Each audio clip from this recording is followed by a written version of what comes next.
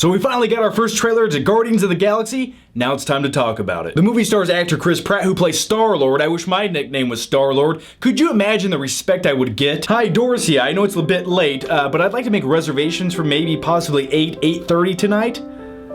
Oh, you're all full. Okay. This is Star-Lord. Oh, you have a table now. Thank you.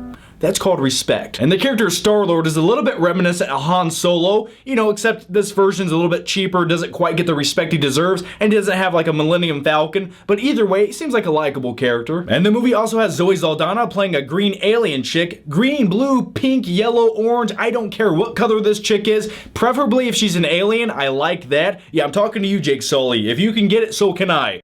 Don't look at me. And then you have the character Drax the Destroyer, a man with nothing to lose, and he's looking to kick some ass. And I've always liked characters like that. I like those tough guys that look like they were jacked up on steroids. I don't know, maybe that's why I like the character of Bane from The Dark Knight Rises. Either way, Drax the Destroyer, that's right, cool. That's my Bane. And then we have two more characters, and I think these two characters, for me personally, they interest me the most. One of them's a tree, and the other one's a raccoon. And the character Groot, who is a tree, a badass tree, is voiced by Vin Diesel. And I just hope it goes something like this at one point in this movie. Hey, my buck is worse than my butt. That's my Vin Diesel impression, and these are my limbs. I'm gonna put them down now. And then you have the character Rocket Raccoon, who in my opinion, I have a feeling that he's gonna steal a lot of the scenes in this movie, and he's voiced by Bradley Cooper, and that's an interesting decision in itself, but I can't wait to see it. Not very many movies are going to have a little raccoon hanging out on top of a tree that's also a living thing, kicking a lot of ass, and you gotta respect things like that. I like movies that go for it, and they're like, yeah, this is what it is. You like it or hate it, but we're gonna do it anyway. Now going into this trailer, I wasn't quite sure what to expect. I knew this was gonna be a heavily comedic type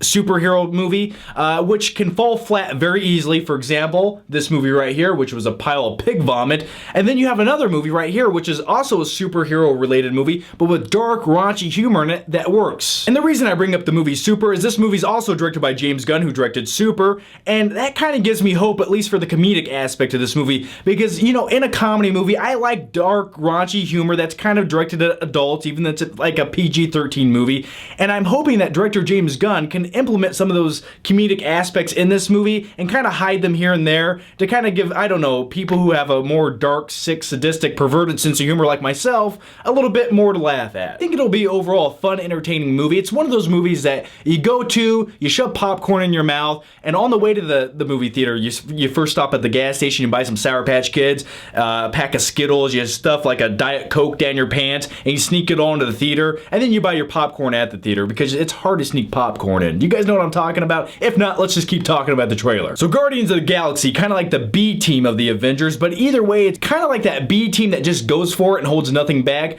And I kind of like that Marvel's kind of taking a chance on a lesser known comic book adaptation. I can appreciate things like that. I can respect things like that. So did this trailer give me a nerdgasm? Not really. I don't want to put on my Batman mask and run around the rooftops at night screaming because of the trailer, but it definitely looks like a movie I'll check out this summer. So that's my quick take on the Guardians of the Galaxy trailer. Let me know what yours is down below in the comments, and if you haven't already, please definitely check out my last video where I talk about top 10 hottest Disney princesses of all time.